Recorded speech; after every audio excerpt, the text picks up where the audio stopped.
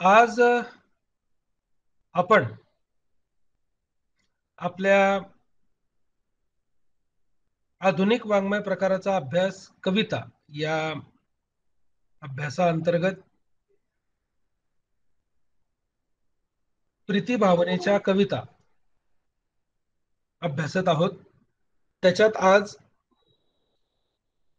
मनातल्या मनात मी ही कवी सुरेश भट यांची कविता आपण आज अभ्यासणार आहोत। त्याची चर्चा आपण आज करणार आहोत। गझल हा जो वाङ्मय प्रकार आहे त्या गझल वाङ्मय प्रकाराबद्दल आपण कवितेचे प्रकार यांच्याबद्दल चर्चा करत असताना आपण गझल बद्दल चर्चा केली होती।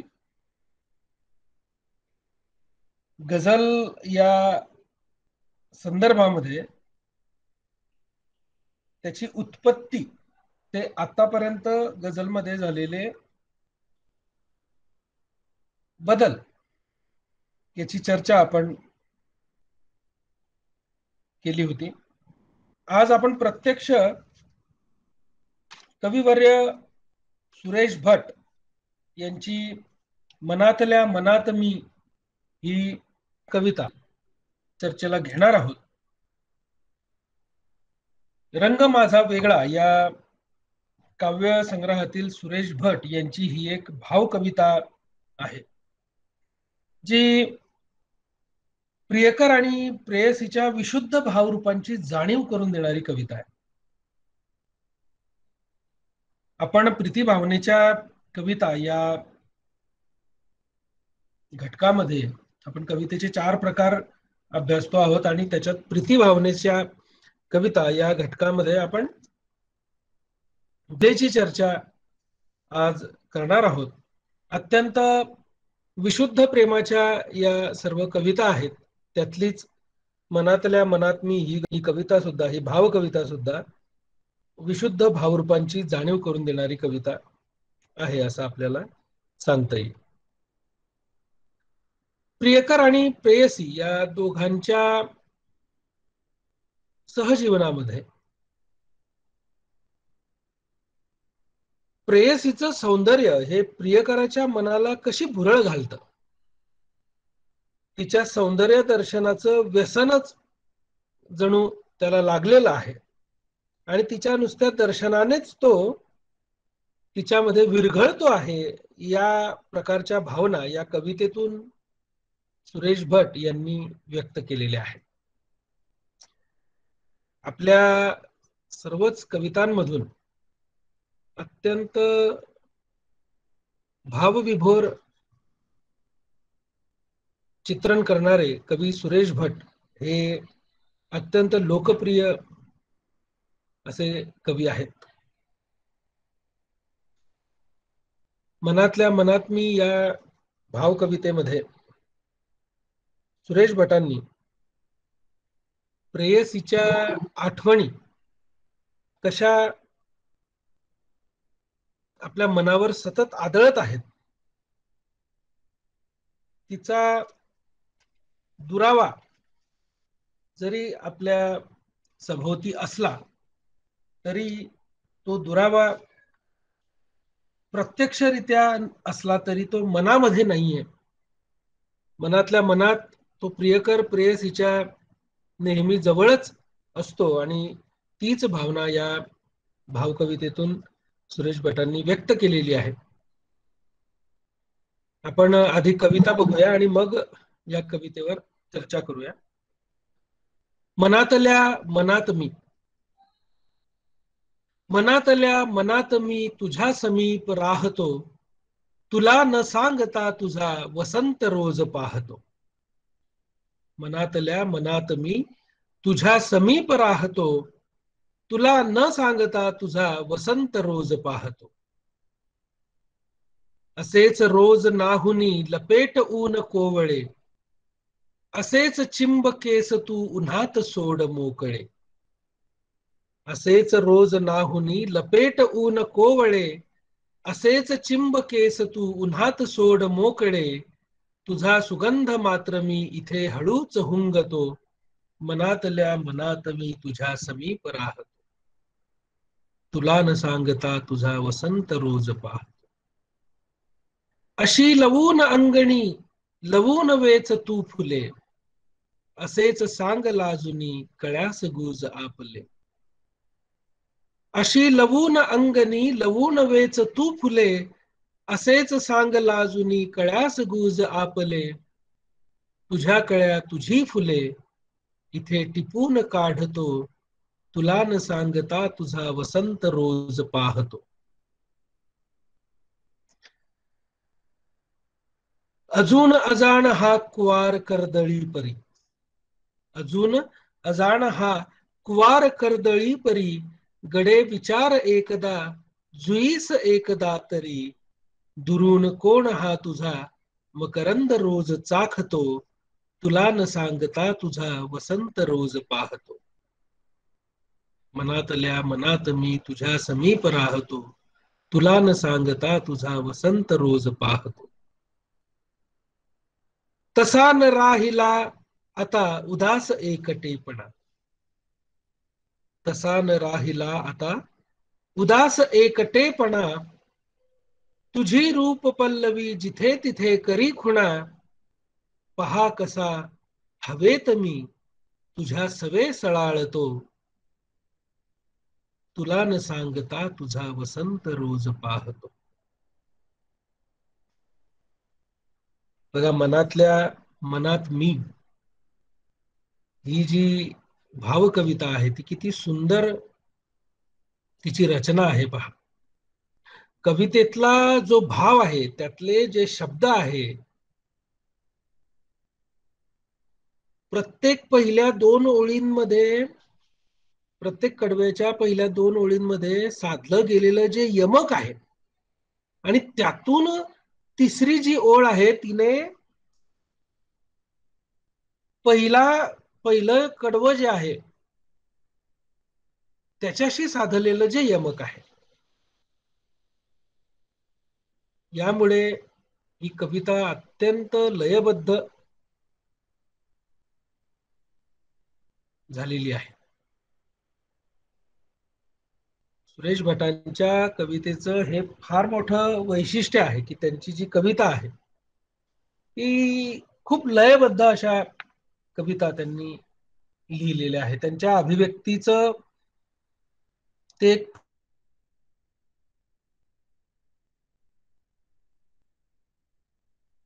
सौंदर्य प्रियकराच्या मनाला जे भुरळ घालतं आहे त्याचं वर्णन आलेलं आहे पहा. तिच्या सौंदर्य दर्शनाचं त्याला जे व्यसन लागलेलं आहे त्याचं वर्णन कवींनी इथं केलेलं आहे. प्रत्यक्ष ती त्याच्या समोर नसली तरी डोळे मिटल्याबरोबर तिची प्रतिमा त्याच्या डोळ्यांसमोर उभी राहते. आणि अशा वेळी तो तिला सांगतो की मनातल्या मनात मी तुझ्या समीप राहतो, तुला न सांगता तुझा वसंत रोज पाहतो.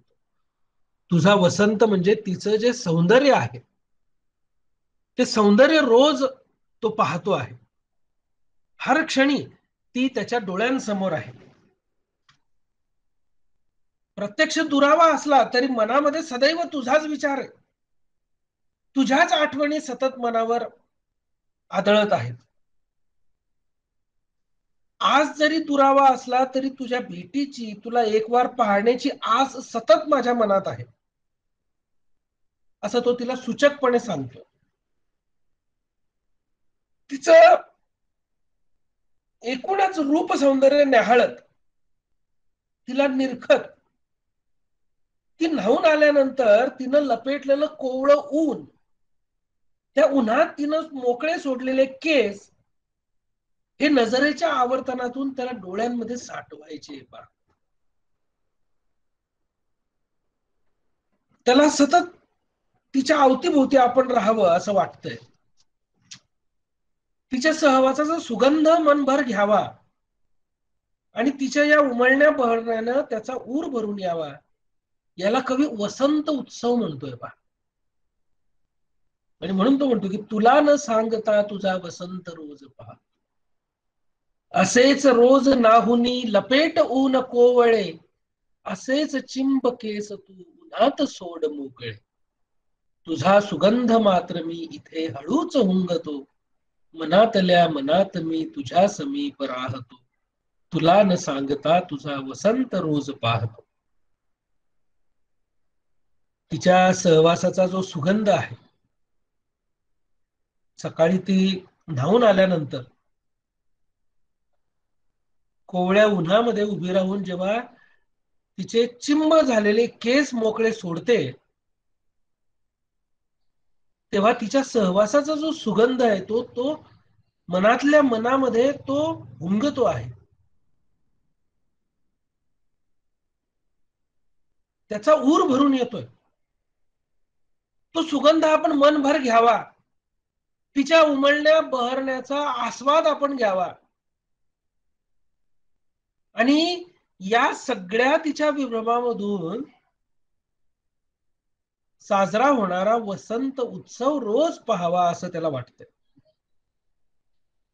आणि म्हणून तो म्हणतोय की असेच रोज नाहुनी लपेट ऊन कोवळे, असेच चिंब केस तू नात सोड मोकळे. तुझा सुगंध मात्र मी इथे हळूच हुंगतो, मनातल्या मनात मी तुझ्या समीप राहतो.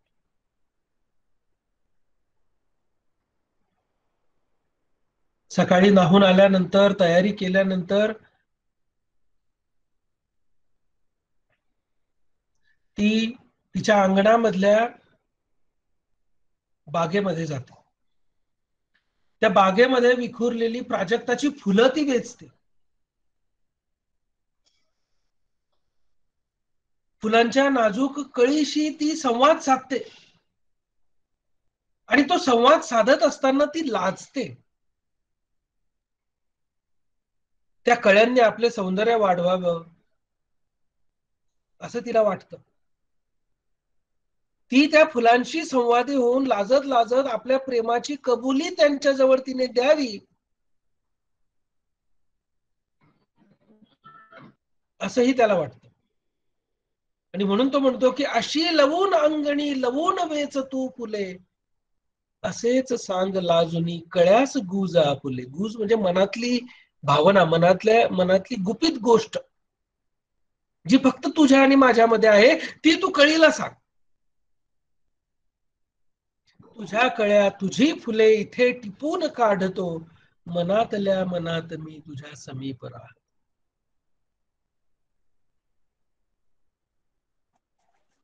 तिनं असं करावं, कळीशी बोलावं, फुलांशी संवादी व्हावं. अंगणातली फुलं वेचत असताना तिने या सगळ्या गोष्टी कराव्या असं त्याला मनापासून वाटतं. कारण ती अजूनही अस्पर्श मोहिनी आहे, पवित्र पद्मिनी आहे. नुकतीच यौवनानं बहरलेली सुरेख कलिका ती आहे.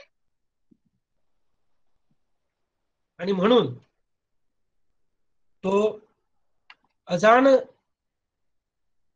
व कुवार अशा कर्दळीची उपमा तिला देतो. तिच्या सौंदर्यावर मोहित होऊन तो तिच्या अवतीभोवती त्याचे विचार रुंजी घालत असतात.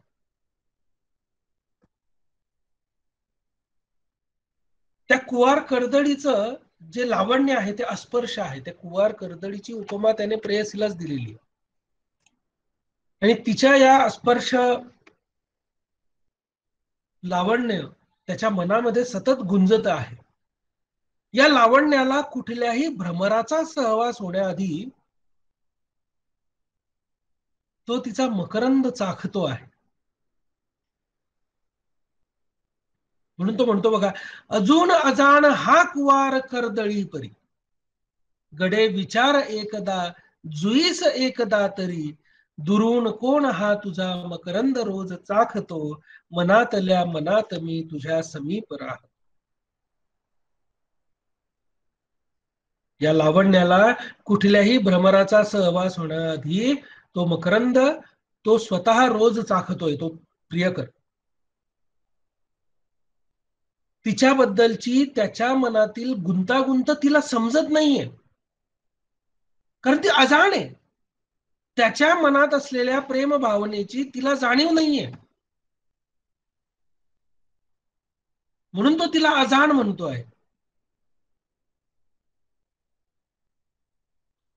तिच्या यौवनाला तो अजाण म्हणतोय. त्याला तो कुवार कर्दळीची, त्या कळीची उपमा देतोय, जी अजून फुललेली नाहीये. अजून अजाण हा कुवार कर्दळी परी, गडे विचार एकदा जुईस एकदा तरी. जी फुलून उमलून आलेली जी जुई आहे,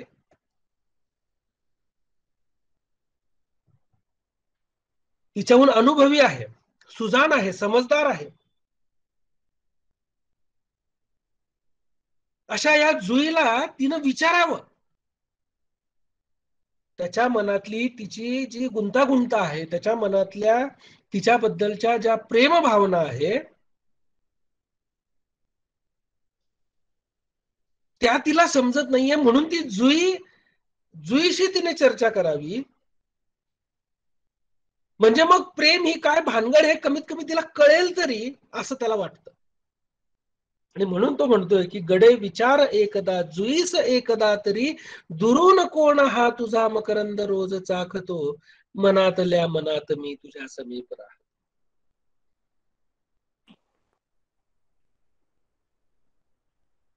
बघा किती निर्व्याज भावना इथे सुरेश भटांनी व्यक्त केलेल्या आहेत पहा.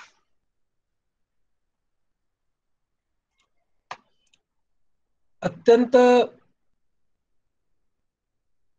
निर्व्याज अशा या भावना आहेत.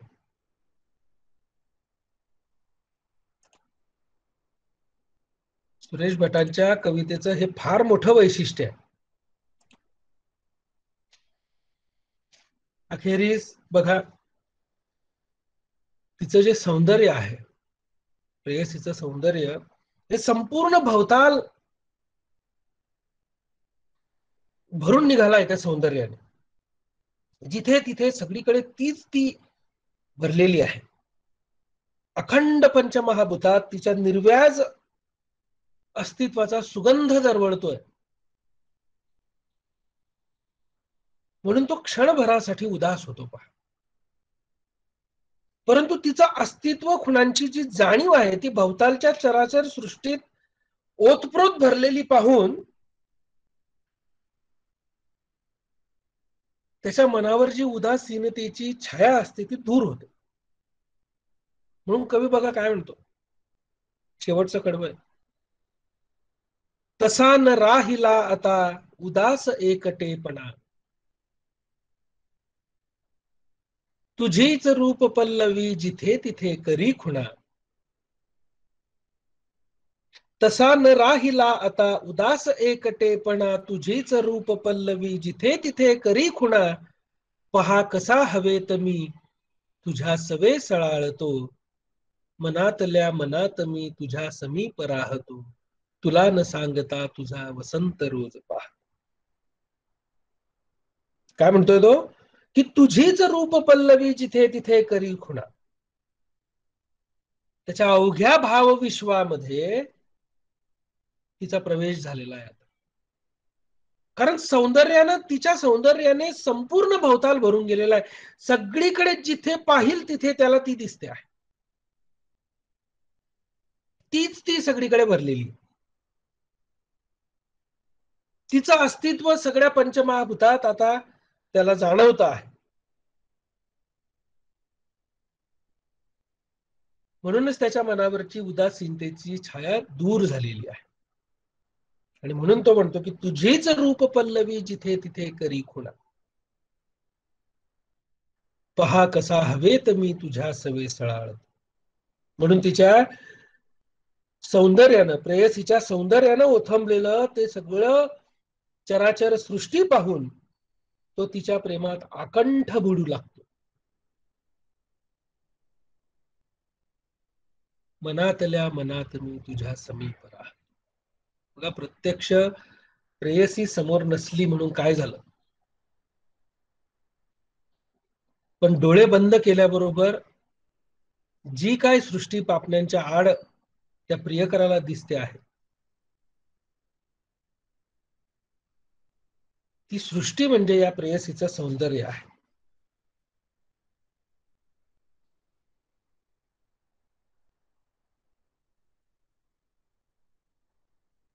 तुम्ही, आम्ही, आपण सारेच आयुष्याच्या वयाच्या एका टप्प्यावर मनातल्या मनात काही स्वप्न आपण पाहिलेली असतात पहा. प्रत्येकाच्या आयुष्यातला एक टप्पा येतो. सुरेश भटांनी तो टप्पा बरोबर या कवितेमधून आपल्याला उलगडून सांगितलेला आहे पहा. त्यावेळी आपल्या निर्व्याज मनामध्ये उमलणाऱ्या ज्या प्रेमसुलभ भावना आहेत, प्रेयसीच्या संदर्भातले जे विचार आहेत, ते त्यांनी या कवितेमध्ये अभिव्यक्त केलेले आहे.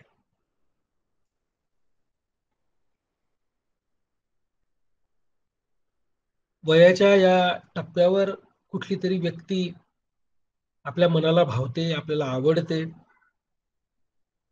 आपल्याला आवडणाऱ्या त्या व्यक्तीविषयीची जी जाणीव आहे, त्या जाणीवेला शब्दांचं रूप या कवितेत त्यांनी दिलेलं आहे. ती व्यक्ती आपल्या श्वासात मिसळून गेलेली असते.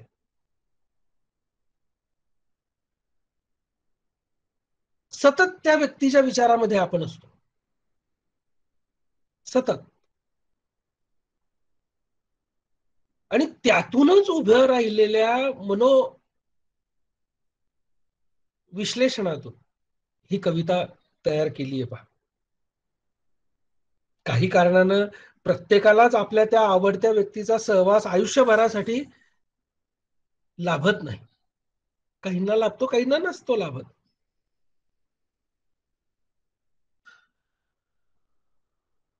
पण मग दोघांच्याही मनामध्ये उमललेल्या या ज्या प्रेमसुलभ भावना असतात, त्या भावनांमुळे आपल्या मनोविश्वावर अधिराज्य गाजवणारी ती व्यक्ती चहूबाजूला आपल्याला दिसत असते पहा. आणि सुरेश भटांनी तर खास निसर्गाच्या रूपामध्ये तिला पाहिलेलं आहे. अंगणात, उन्हात, कळ्यांमध्ये, फुलांमध्ये.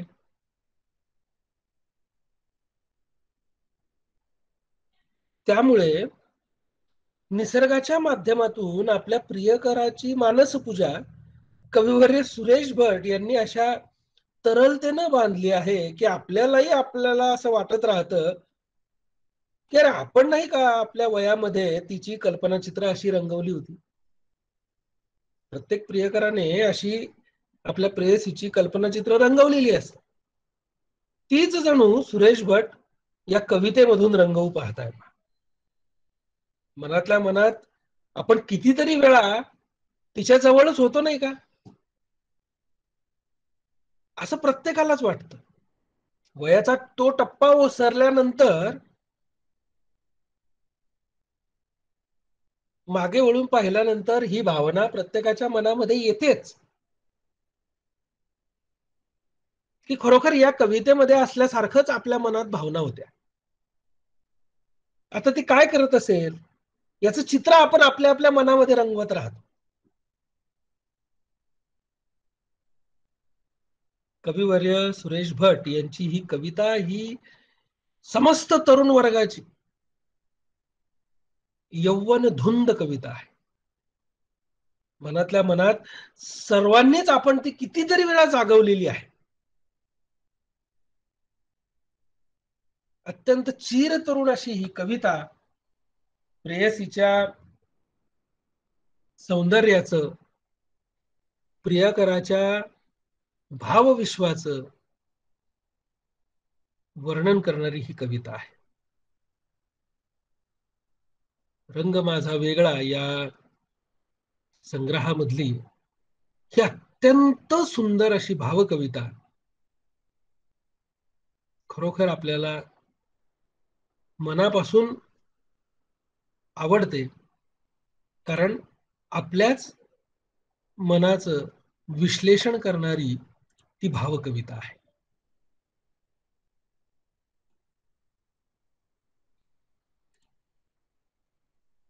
मला वाटतं तुम्हाला या कवितेचं जे रसग्रहण मी माझ्या पद्धतीनं केलं ते नक्कीच आवडलं असेल, समजलं असेल अशी अपेक्षा करतो.